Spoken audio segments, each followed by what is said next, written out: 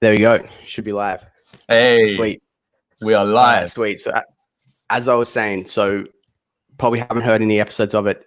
The thing I'm trying to do with this podcast is add as much value as possible to anyone, parkour community or even wider, your sort of audience as well. You kind of into that Urbex scene, trying to add as much value as possible to anyone that sort of, wants to become a pro athlete, parkour, get onto the YouTube game. I think today we can definitely talk a fair bit about YouTube. That's been your hustle over the last few years, man. And you've kind of dominated it. So I reckon there's some mad value to be added. How you been, man? What have you been up to? How's COVID been for you? Yeah, well, what have I been up to? I've basically, I've kind of just got down. Well, right now in my life, I'm kind of at the point where I'm just like getting down to my main priorities, if you know what I mean. So like, yeah, I've just decided my main priorities are YouTube, clothing, and like my friends and family. And those are just like the three main priorities where I'm just putting as much of my focus and time into. So yeah, man, literally I've just been, well, I've come back to my main channel because I was on another channel because of the whole YouTube demonetization thing.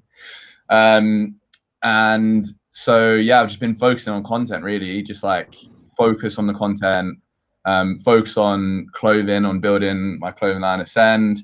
And yeah, man, just keeping momentum, really. That's literally my main focus, just keeping momentum, staying healthy, enjoying my life and hustling. That's it, really, man. So what went down with the main channel? Like, why? Like, is it you got demonetized and they're just every video you've made just totally taken off monetization? Yeah. So basically, I remember it happened to Ali, Ali Law. Yeah. So first it happened to him. He got demonetized, like his whole channel demonetized. And I was like, okay, it's happened to him. It could happen to me. But I kind of just didn't think about it. I was like, I hope it's not going to happen to me. My content's a little bit less risky and reckless than his. Hopefully YouTube will just be like fine with it. So then like 2 or 3 months after Ali got demonetized, I remember I was just sitting at home and I just get emails like, bro, like 100 emails at once. And all of them were, you have restricted ads on this video. You have restricted ads on this video. This video can't be monetized anymore. This video can't be monetized anymore. And I was scrolling through the list and then I realized that it was literally every single video that I'd ever uploaded onto that channel was just completely demonetized. And that all happened at in one moment. So what happens when you upload a new clip now? Does it just go automatically demonetized or is it straight up? Like, so your channel's just been blacklisted? Yeah, like 100% completely blacklisted. Like I couldn't get monetized even if I tried. So when I upload a video, you get the whole like form that you have to fill out. So it's like you put the title, you put the description, etc., etc. And then it has a section now where you like you put in whether the content's appropriate for advertisers. So it's like a form which you fill out. So it's like, does it have swearing or like profanity? Does it have stunts or blood or like touchy subjects? And you have to fill out this form. So I fill it out as accurately as I can. So I say like, look, there's stunts in here. They're not always performed in a professional manner, whatever.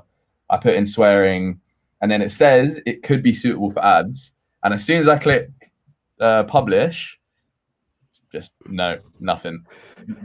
So Sora have been hit well, right? They're not getting monetization ever. Yeah. Is this like if someone were trying to start a new parkour channel now, is this something that imminently is going to happen? They're just going to blacklist you because it's parkour? Is that deemed unadvertiser friendly? I think there's definitely some weird sort of like, I don't know if it's discrimination, but like there's some weird thing with YouTube and parkour.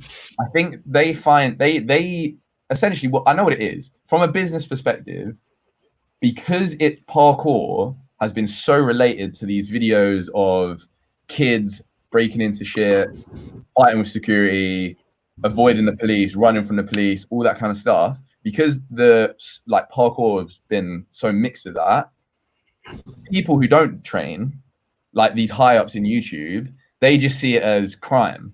They just see it as like kids trespassing and crime. So from like a business perspective, they said, okay, we don't want to have another situation like they've had in the past where they've had I don't know, do you know about the ad gate, the original ad gate, where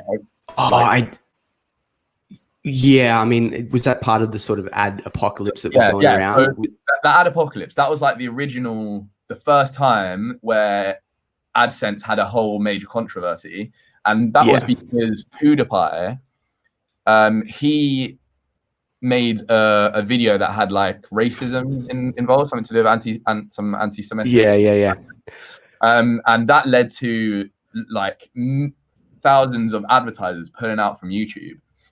So in my mind, what I'm thinking is, okay, that's happened once. That was a whole massive controversy. They finally come back from that, and now they've seen this other thing, which they think, okay, what if someone sees we're paying these YouTubers to trespass, run from the police, get arrested, break into people's property, all that stuff. So we'll just nip it in the bud now, demonetize them all, and we'll avoid that whole controversy before it's even started. So that's what I'm thinking from their perspective.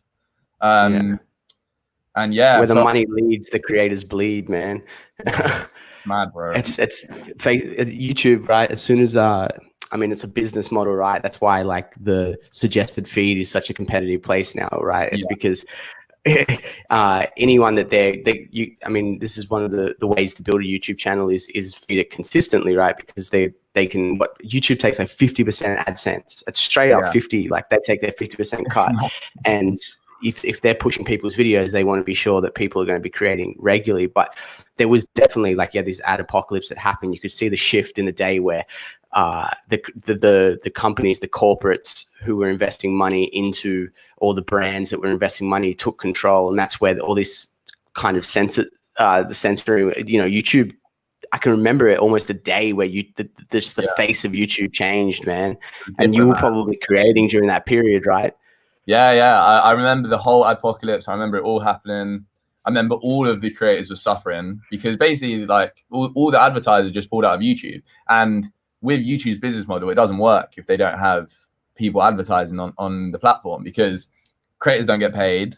They don't earn any revenue, and the whole business model just goes to shit. So I get it from like a business standpoint, why you would try your best to avoid all controversies after that situation. So like, yeah, I understand it. It's just what annoys me is that, as you said, like someone who's just trying to start a channel based just purely on parkour, nothing to do with rooftopping, nothing to do with overnight challenges or anything like that, they would probably be monetized.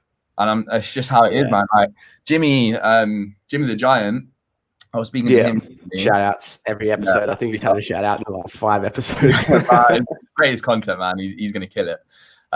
But yeah, man, like I think we spoke on Instagram DM because some of his recent videos, they were demonetized for seemingly no reason, and he was really confused by it. And I said to him, bro, it's because you got parkour in the title. Like just the word parkour in the title, it will get demonetized, and that's just how YouTube is, man. And it's like that word is crazy.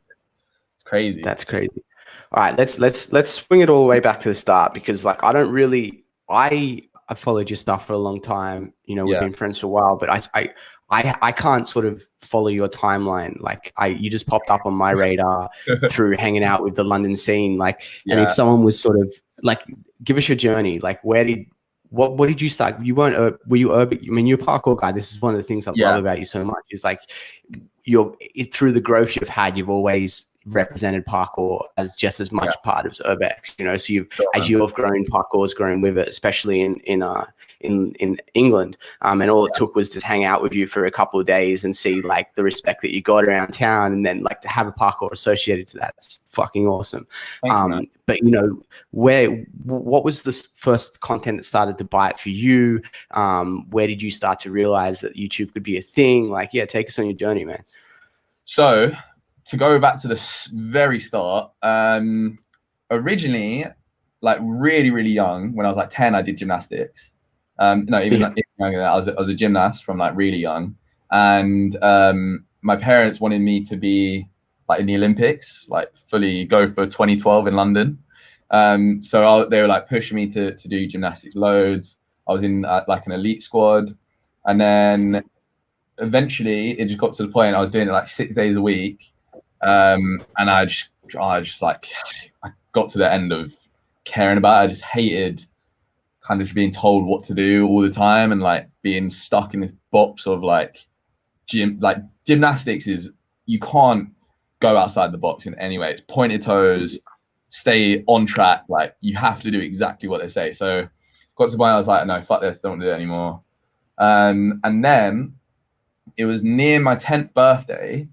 I was watching Channel 4, or I'm not sure what TV channel, and I watched Jump London with my brother. Yeah. And after I saw that, I was like, oh, this is mad. Like I was instantly just like awe-inspired by this magical sport. Because I never understood it. I didn't know that thing was possible for humans to do that sort of stuff. And I already had the gymnastic background, so like, cool, I want to do it. I used to do it around my street all the time.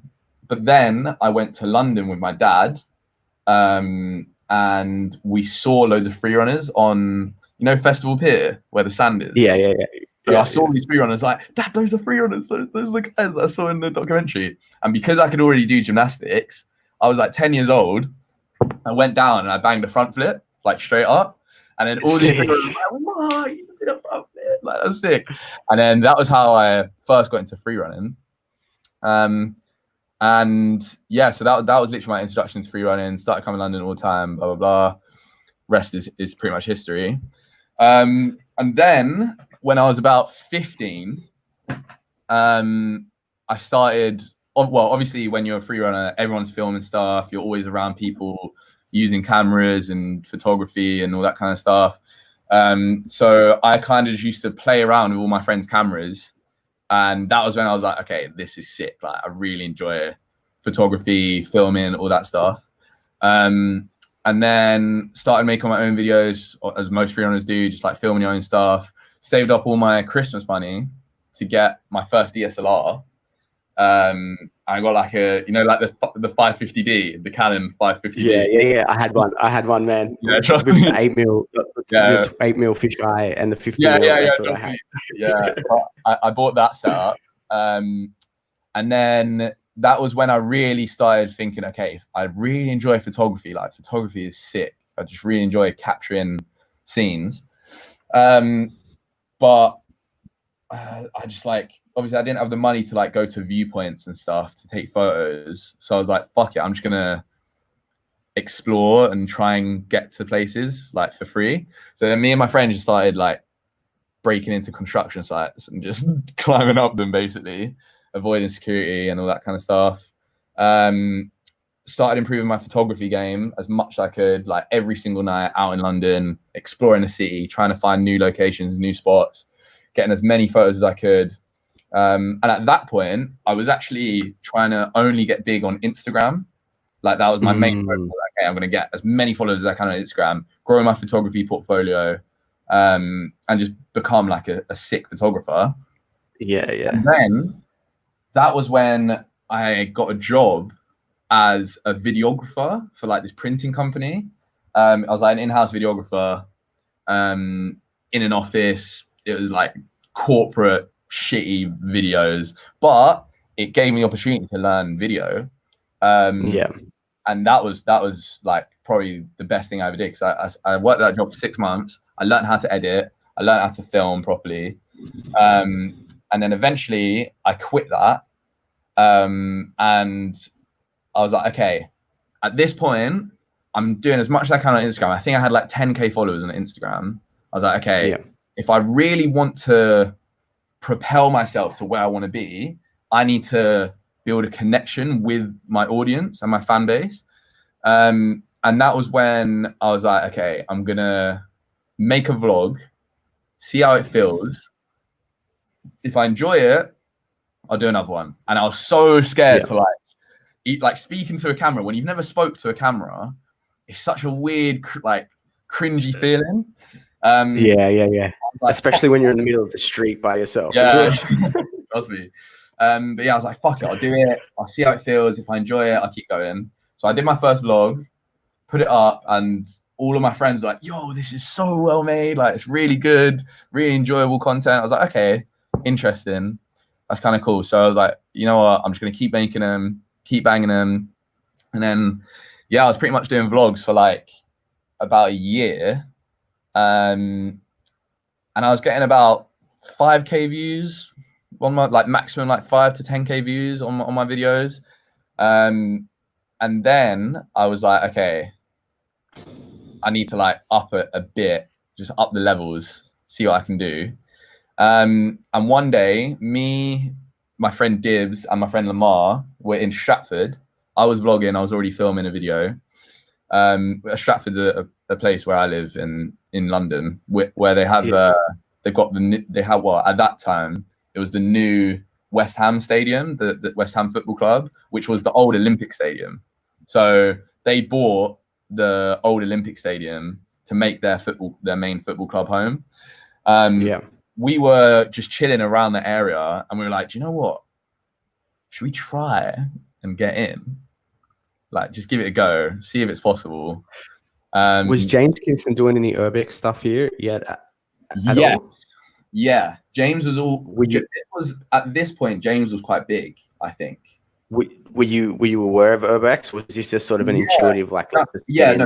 This was when I was like, I was doing Urbex. I was climbing loads of things to get the best photos I could. I was already doing a few Urbex type vlogs. James, I think, was like, this was probably only a few months after he made that first video where he climbed that crane and hanged off it with one hand, and it went quite viral. This was probably a few months after that, and then we were like, let's try the stadium, see if we could do it. I made the video. We snuck into the stadium. We got on the football pitch. We ran around, done all that stuff. It was an insane night. We got on the roof, made a whole video of that whole thing. Went home, edited the video that night, done an all-nighter. And then the next day at 5 p.m. I uploaded it, and it was a Friday night. And I was like, okay, I've uploaded the video. Let's go out. I went out with my friends to get drunk and have a mad night. I remember I was on a night out at this club, and I looked at my phone, and I looked at the views, and I was drunk, and it said like, it was like 100K views, and I was like, what? I was baffled. I was like, no way, it's on 100K views. Like, so my most viewed video, I think, had 20K views at that point. My most viewed out of all of them. Yeah. And to have like 100K views in like 10 hours, I was like, what the hell? So then, I came home, woke up the next day. I think I had like 300K views. And then, man, it went mad viral, went all over like all the UK news. My channel, I think like in a week, I went from 5K to like 300K subs in like a week, wow. which was wild. And then, man, after that, I was like, okay, I got to follow up with another banger. So there's a YouTube group in the UK called The Sidemen. I don't know if you've ever heard of them. No, I haven't. Yeah, so they're like a massive group of YouTubers from the UK. You're getting some shouts. Hey, G. Man, there's a massive group of YouTubers in the UK called The Sidemen, and they're just like gamers, and they just do like funny stuff. And they lived in a tower very near to where that stadium was. And at the time, there was a lift shaft on the outside of that tower for like construction.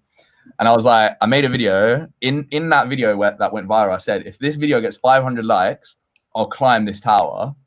That video now has like 490,000 likes, which is mad. Yeah, sick.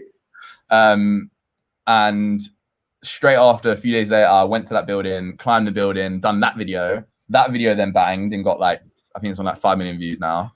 And then, man, from there I was like, okay, YouTube is my thing. Like, I'm dedicating to YouTube. And since then, I've just been banging YouTube, focusing on content, traveling, and yeah, that's pretty much the story, man. Yeah, I think an important part there though is you did do that time where you were working corporate to get your skills up, and that's a step that a lot of people don't realize you have to do. I mean, I've done that my whole life, right? Like I've always been in, like I had probably the golden years of 4 or 5 years where I was like getting work for Parkour, and that was it. Like I was living the pro life, getting caught, like all types of jobs, photo shoots, this and that, fraying, all that sort of stuff. But outside of that, I've always been in and out, but I've been refining skills ever since. And like, it's at the point now where all the skills that I built, like it's come full circle, all the skills that I built to build up to be a parkour athlete and to be able to capture it. Now I'm doing like bigger work outside of parkour that's then feeding my parkour like lifestyle again. So now I work for like brands doing their marketing through the skills I learned with parkour. And so now I'm in a cool position now because I get to live the parkour lifestyle, but I don't have to make money from it. So I can do stuff like this, you know, which is passion projects. But I feel like it's at the start of that hustle, because somewhere what I would like to see, you know, like live streaming, like I've been talking about on my podcast, people should be doing more lives and lives. So I just went, fuck it, why don't I do it myself, you know? And hopefully, you know, a few people will see this. Hopefully, maybe someone like yourself will go, oh, fuck, that was fun. Like I could probably do that with my channel, and just see more live stuff, man. Because I think there's so much value in these, you know, these types of conversations. But okay, so this is how you started yours. But if someone was, Siri's trying to listen to me. If someone was, what's popping now, like on YouTube? So, I mean, I've seen you've been doing some like POV stuff, especially in parkour, seems to be like just raking in views. But like as a YouTuber first, what do you recommend people be focusing their energy on, especially with the ad gate and with it being so hard to get revenue? Like what gets maximum exposure when the algorithm's working against you?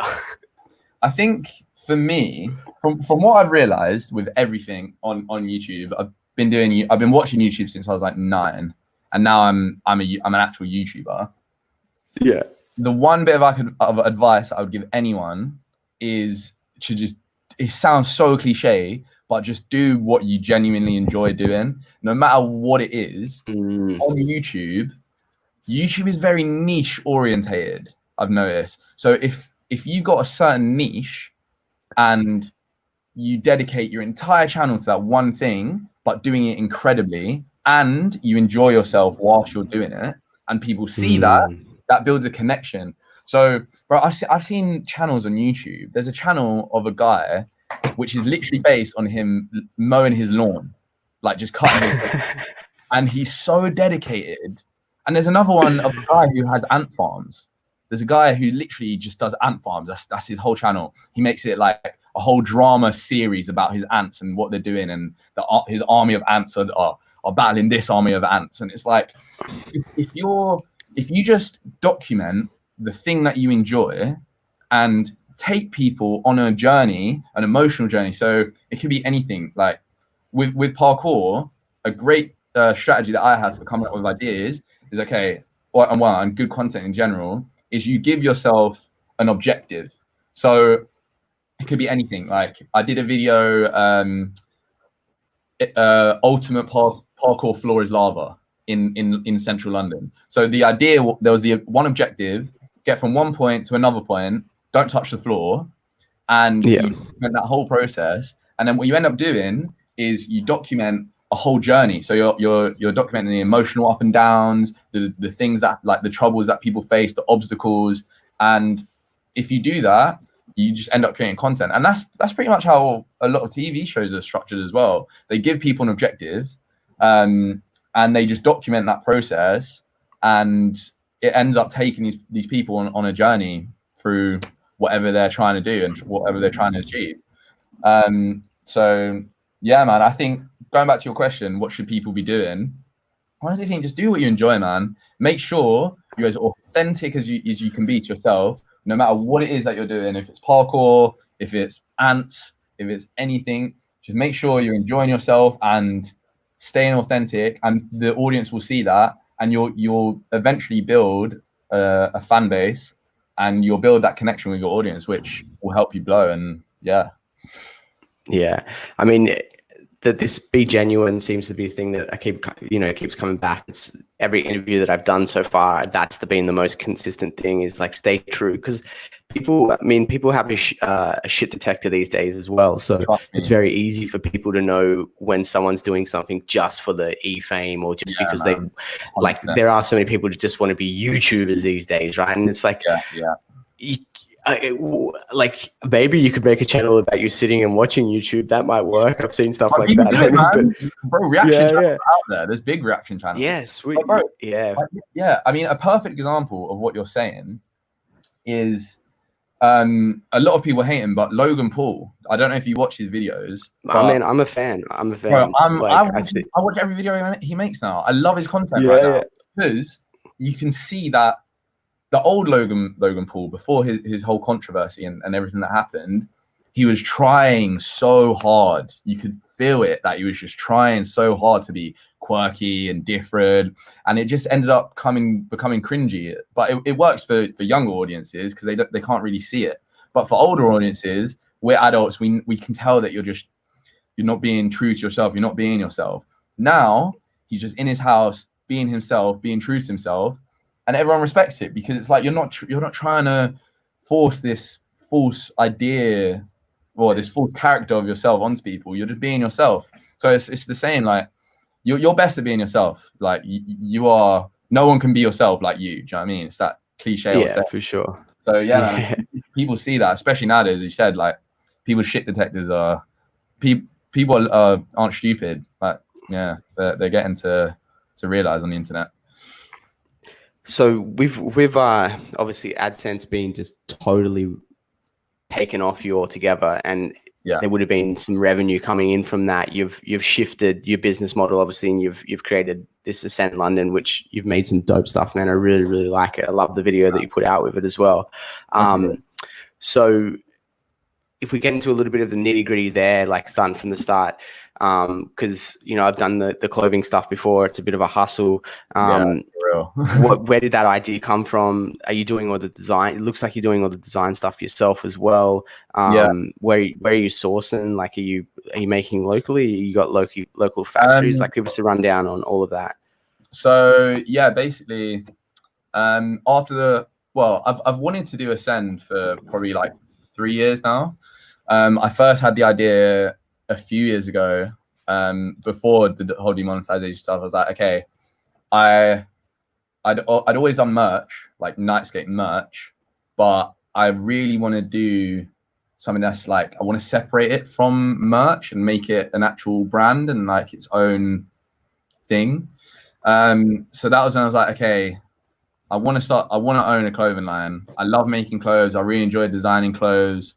And I think for me, like, I really enjoy culture and making things, and I think clothes is like the perfect blend of those two things, if you get what I mean. Yeah, like, yeah. And you're also appealing to a certain culture. So that was when I just discovered I enjoyed making clothes and designing clothes. And that was when I was like, yeah, okay, I'm going to do Ascend. I'm just going to send it and dedicate my life to it, and build it into what I want it to be. So we're still just in the baby steps of the whole thing, really. We've only done the essentials drop, and that was just pure essential clothing. And now it's like, we've done the essentials, we're trying to expand and take it to the next level and release some like really defined, developed garments. And kind of that whole process led me to going on this journey of like actually teaching myself how to make these clothes, because I didn't do textiles or anything like that. I've never been educated in it. So for the past like 5 months, I bought a sewing machine. I taught myself how to sew and cut and actually make clothes. I can show you. I've got like a whole setup here. I've got a vinyl cutter. That's the way. That's the way it needs to be done, man. Yeah. And I mean, Yeah, I mean, at the end of the day, these are real life skills that, like, no matter what your future looks like, you know, you could go work for fucking Nike. You know what I mean? Like, it translates so well. Yeah, I think what it was for me, it was like I don't want to feel like an imposter in this industry. Do you get what I mean? So it's like, if I went to like an exhibition with a designer or something like that, and they are all talking about textiles and fabrics and sewing, and I have no idea what they're talking about, but yeah, I own a clothing line. Like, you should know your business in my head. And if you don't know your business, then you're not going to be able to run the business that you want to do. It's kind of like, I kind of got this idea from, it's going to sound really weird, but I watched a lot of Gordon Ramsay Kitchen Nightmares. Have you ever watched it? Yeah. No, I haven't watched that one.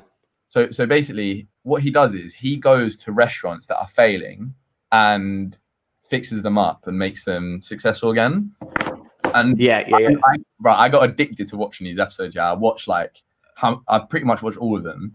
And the message that I got from this whole thing is that what these people do, the problem is they have this idea to start a restaurant, but they're not a chef. They don't know how to cook. They've never owned a restaurant or been involved in that business. So inevitably they fail because they don't know how to run a business. They make this menu that's like a booklet, and it's like hundreds of different dishes that are just shit. They don't know how to prepare food.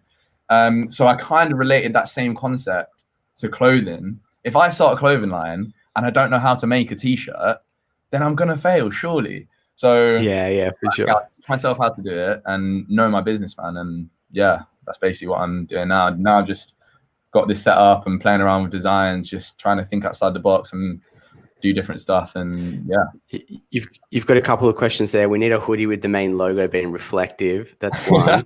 And when is the reflective face mask and hoodie releasing? Okay, I've got. Wait, let me show you something.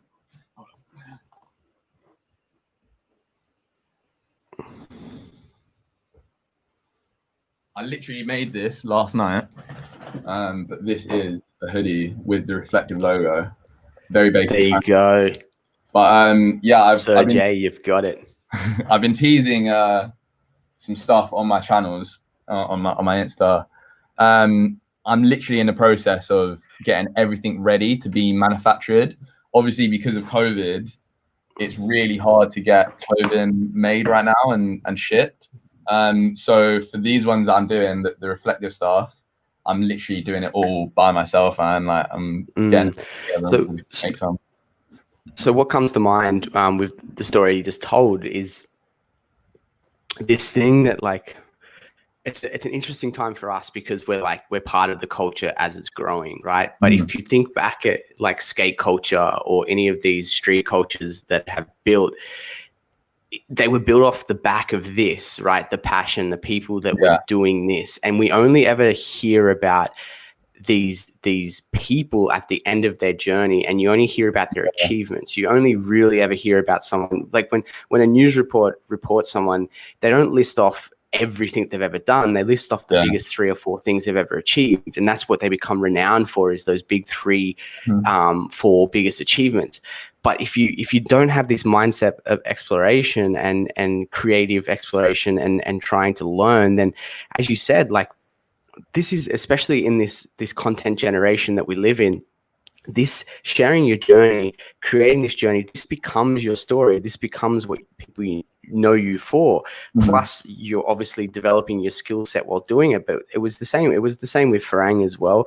Like, as I said earlier, my whole life is marketing now, and every bit of skill that I have in marketing has come from those 5-6 years that I was starting an e-commerce brand with my friends. And then Jason went down your path. He did the design work, you know, and like, I have no doubt that Jason could walk into some sort of design apprenticeship or, you know, internship and be a proper designer in no time. And his business savvy skill set has, you know, and then we were all cross over, and we'd learn how to build a full business. You're doing this by yourself, which is even more crazy. Or you've got your team around you, you've got your creatives, but like debatably, you're a creative director, man. Like you sit there, you're like, what's going to help? This is branding. This is like at the lowest to the highest level, like what people get paid like millions of dollars to do. And that's what I've started to realize as I got more into the corporate world through my skill set, is that these skills that we've been learning, and that once upon a time people called us crazy for like sort of doing this stuff, you know, this skill set, it's real tangible stuff in the real world. People pay you good money for this knowledge that we're gained through our passion, man. I was speaking to my friend about this the other day, and I was speaking to my mum about this actually, and I was saying, like, from this whole journey that I've been on and all this stuff that I've done, if one day it all just disappeared and went away, my YouTube got deleted or whatever, I would still be able to go out and make a living because of the skills that I've learned. I could still go to a production company and be like, okay, I want to be a videographer, or I want to direct videos or anything like that. Or there's so many skills that I've learned. I can make websites for people. There's so many different skills that I've learned on this journey that if it all did go Pete Tong, I'd still have the skill sets to be able to make money. So it's definitely valuable in the real world, man. 100%. Bro, my like whole job title at the moment, like I'm a consultant. Like I go into brands and I consult with them. You know, I just consulted as the head of a marketing department for like a festival, kind of like we have these shows here called like an Easter show, and it's like held during Easter, and it's like rides and entertainment and animals and like I had a friend that I met through a parkour gig last year, and he's the GM, and he brought me into like, he's like, I need a head of marketing. I see your skill set. You're up to scratch, because like I had interns coming out of university that were underneath me. I haven't studied university, but I was their boss, and they were rocking in. And I'd be like, all right, have you ever been into Facebook Ads Manager before? And they're like, they just graduated their degree, and they're like, no, we've never used it. I was like, how did you graduate a university degree without ever using Ads Manager? What the fuck? And yeah. So it was crazy, man. And so this life that I've lived as a parkour athlete got me to the head of a fucking marketing department with no qualifications. Come on. Bro, I honestly think I was speaking to Josh Storer about this. And we were saying like parkour, it shits out successful people, man. And I think it's just like, I don't know what it is, but the mentality of free running and parkour, like it prepares you for so many different things and so many different skills, like you're saying. It's really interesting, but that's so sick. No qualifications. I didn't go to university. I didn't do it. Yeah, I mean, if you listen to anything like someone like Gary Vee, man, like he talks like he absolutely directs people away from university these days. And I don't necessarily believe that. I think there is a place for it. And I mean, as Jason said in the last episode, if you want to become a doctor, go to university. For these creative, very subjective sort of disciplines or creative arts, it's like they can teach you the process. Like there's courses in university these days that are like actually just, the course is just called like creative arts. It's like, how do you teach creativity? Because from what I know about creativity comes from, you know, experiencing life, right? It comes from shooting yourself at the top of a tower. It comes from being a fan of skateboarding and then bringing that together and creating Ascent, you know, a street Urbex brand. You know, it's like that's creativity for me, and I guess that could be taught, but I don't know if university would be the best path for that. You know, it's interesting. I mean, I think I spoke to Jason actually about this as well. But like I was saying, in my mind, in this day and age, I don't see why you would ever need to get a degree for a creative job in any way. Because like, yeah, if you're going to be a doctor, a nurse, whatever, totally fair enough when you need the qualifications to actually get that job. But if you're a creative, so like for example, when I used to work on music video sets as well before I became a videographer as a runner. So I was like basically just the guy that made everyone tease and like carried stuff around set and stuff. I did that for a bit of time. And when I was working in that industry, I used to talk to loads of directors and loads of filmmakers and all this stuff. And the general consensus that I got was all the people that went to film school got bullied because all these guys that had been working on set and didn't go film school already had that 4 or 5 years experience on set. When these people just come out of university, they've just gone on to set, they've only just started to get in work, whereas these people are 5, 6 years ahead of them. They've got the experience, they've been working on it. And it's like, I don't know, like actually going out in the world and actually doing it in a creative job is so much more valuable than going to university and paying £10,000 a year to learn it. I don't know. It's weird. Like I've got nothing wrong with university. If you want to go to university, that's fine. But I think, yeah, for creatives, I don't know if you need it nowadays. And YouTube as well, man. You can learn everything on YouTube. I've learned everything on YouTube. How to edit. Yeah. Everything I've learned through YouTube. It's mad. Yeah. Anything. So we'll diverge a little bit because something that I have noticed that you've done a fair bit of over the last couple of years, especially as you've gotten a bit bigger, and doesn't seem to be a lot of information around for sort of our circle of like parkour athletes and the people that kick or ecosystem, and that's like actually branding gigs, right? So I saw you doing something with North Face, and you've done a few of those types of things. Was that something? Do you have an agent? Do you go out looking for that sort of stuff? Are they gigs that have come to you? Is there anything you can share about that could help someone that was wanting that type of type of gigs? I think honestly, most of my biggest brand stuff has been them coming to me most of the time. But I think that was because of the work that I put in on the internet. So the vlogs that I was making and the content that I was producing, all of that was opening the doors for opportunities for brands to notice me and want to work with me. So it's literally like if you just focus on your content, this is why I always say just focus on the content, and those other doors kind of just open by themselves. So yeah, I was literally just focusing on my content, making sure that what I made and put out in the world was the best it could possibly be. Eventually, when it did pop off, all those doors and opportunities just opened by themselves and came to me. But like that was like the biggest stuff. So like I've done some campaigns with like Timberland and a clothing line called Less. Those are like the biggest like billboard campaigns. But then like the smaller stuff where it's just like getting sponsors for my videos.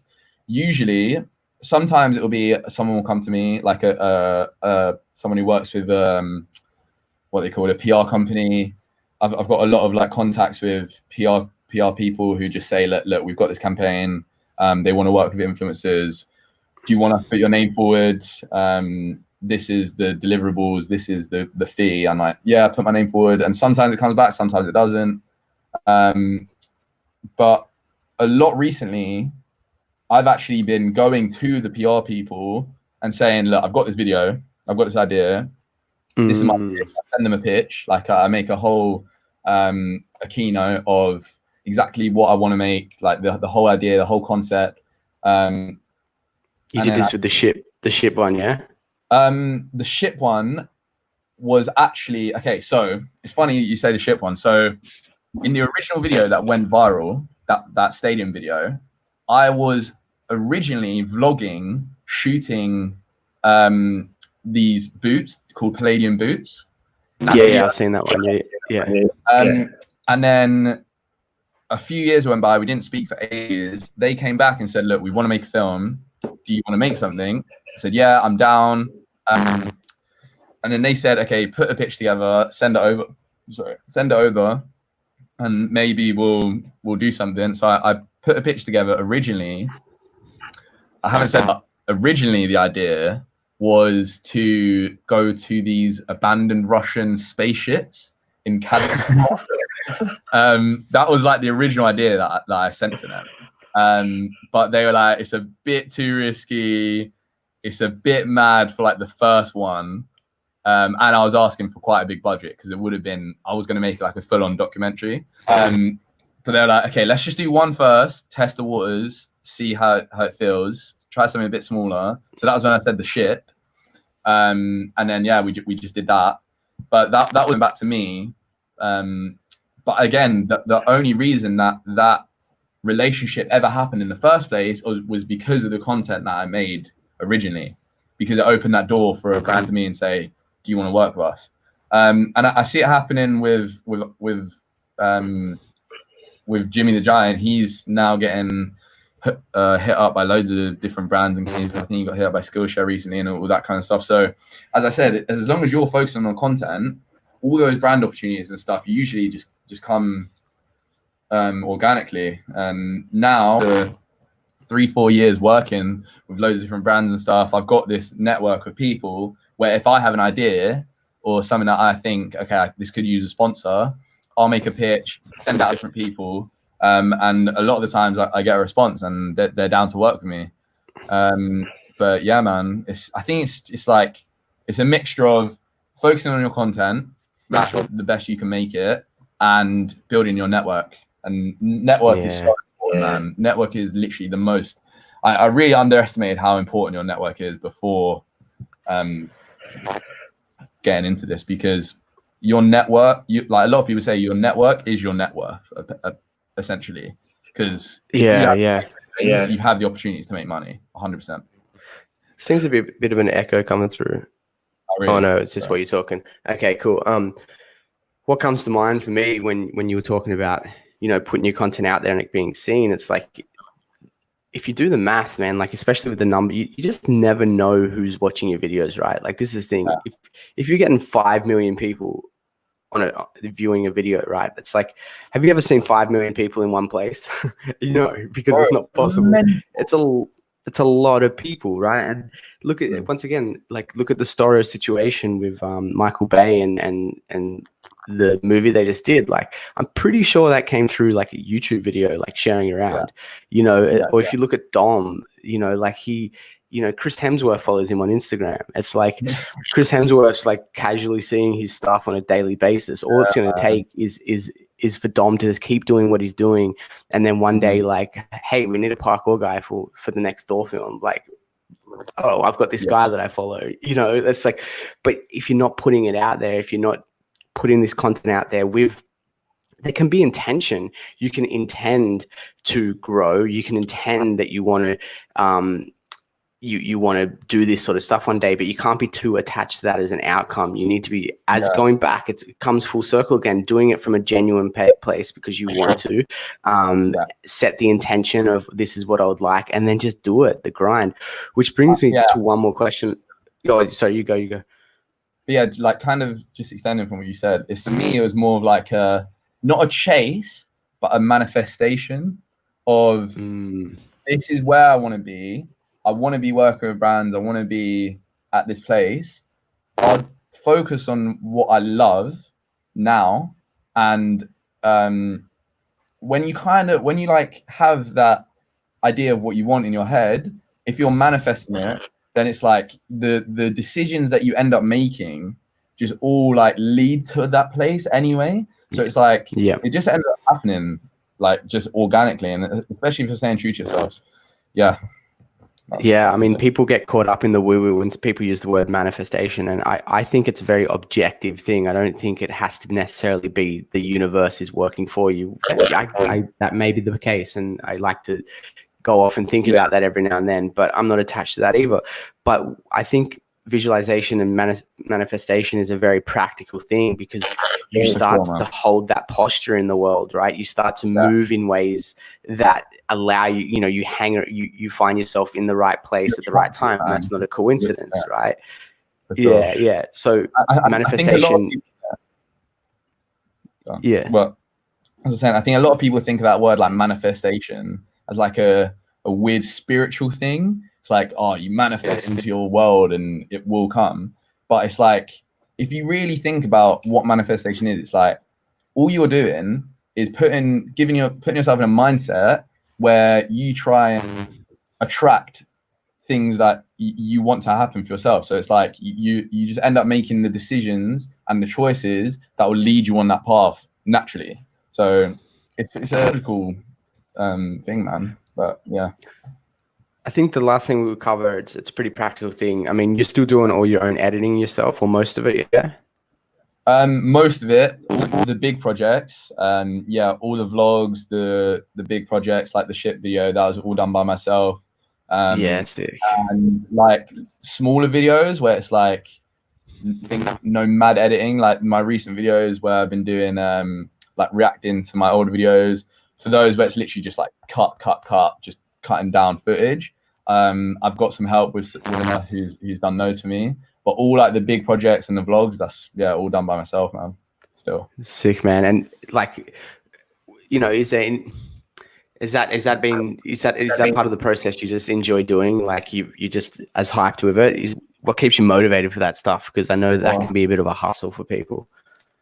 I've got a love-hate relationship with editing, man. It's like, I don't know. I love editing and I love going from like footage to a finished piece, but the amount of like constant concentration and time that it takes is ball busting, man. It is a hustle.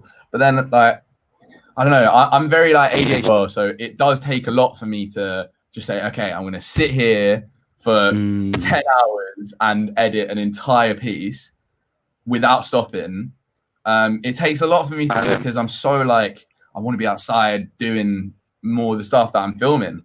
So that, yeah, I mean, I'm not gonna lie, I have looked for editors in the past, and people that could like have one person focusing on my editing. I go out and film and do what I love. But then the problem is I've never found anyone that can edit a video how I imagine it, if you get what I mean. So it's like you are the best person to edit your content because nobody's going to be able to have your vision. So yeah, it's been tough, but now it's just like I just put my head down and just fucking do it and then get it done. And I feel great after. So yeah. See, I've come in on the other end. I hadn't had a camera of my, because I've been working for brands and stuff. I'd always been using their gear, the stuff that they owned or they ran out for me. So I finally just got my own camera for the first time in a couple of years. I've bought the Fuji X-T3.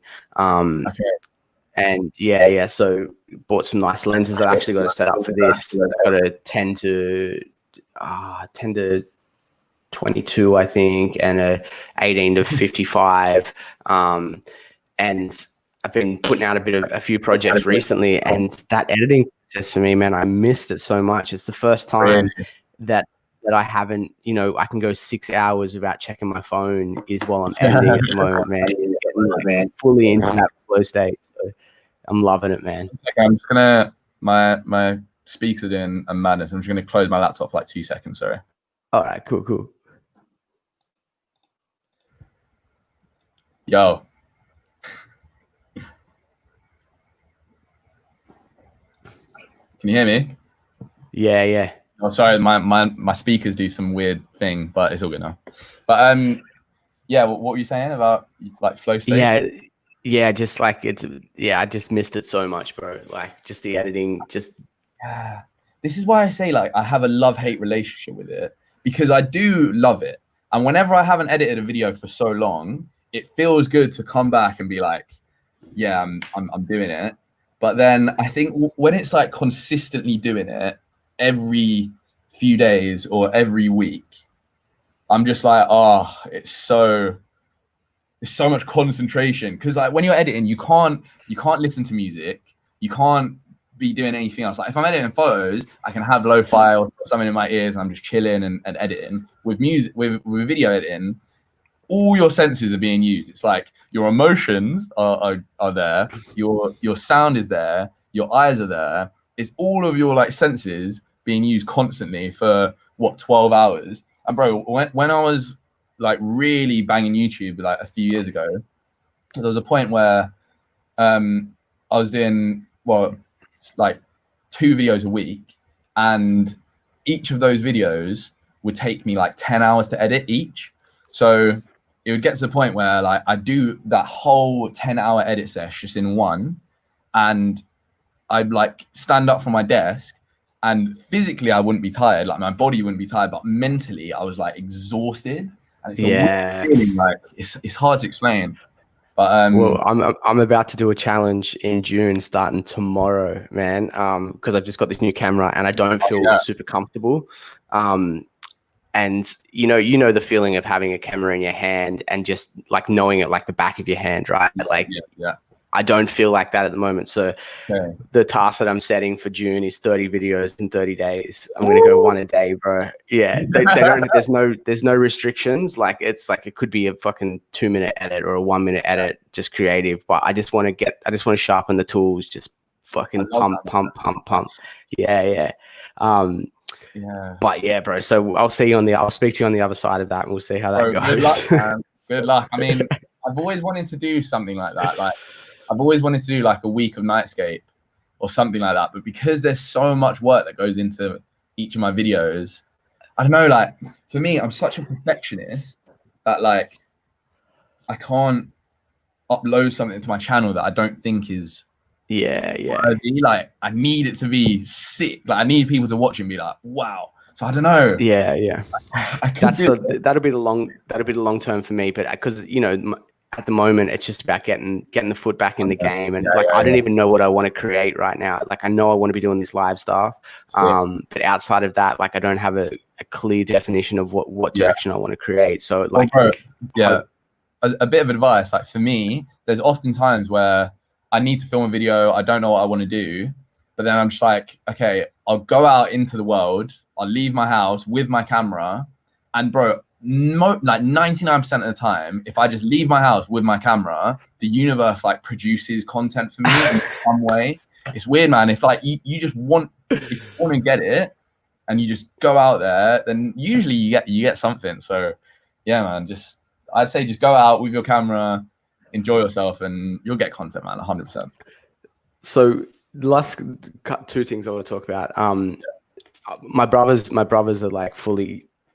My brother and his girlfriend sit on this lounge every day, and they're just like, my biggest study for YouTube has been watching them, man. Their vlogs every day. Like vlog. They just like boom, one after the other. It's crazy. So you've done a fair bit of like collaborating, or pretty well connected with sort of the London YouTube scene. Like they were watching one the other day. I was sitting here and I don't know who the guy was. Like I don't watch his content, but out of nowhere he's like, oh, I just rang my mate NightScape. Like, yeah, I don't know who it was. It's like a guy and his girlfriend. They're quite big. I think they got like 6 million followers or something. Oh, really? Sure. Yeah. But has that actually helped you in any way? Like do you collaborate with those guys? I know you were gonna. Yeah, man. Like having again, it comes back to network, really. Like.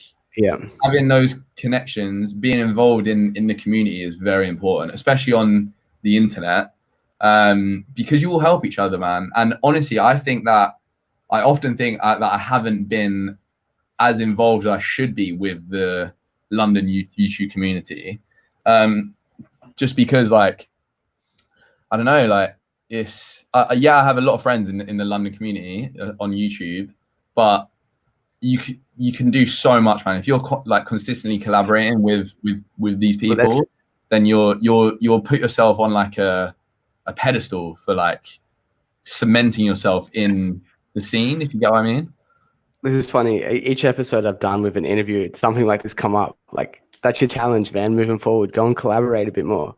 Yeah. Okay. Get out there. I set the challenge. Yeah.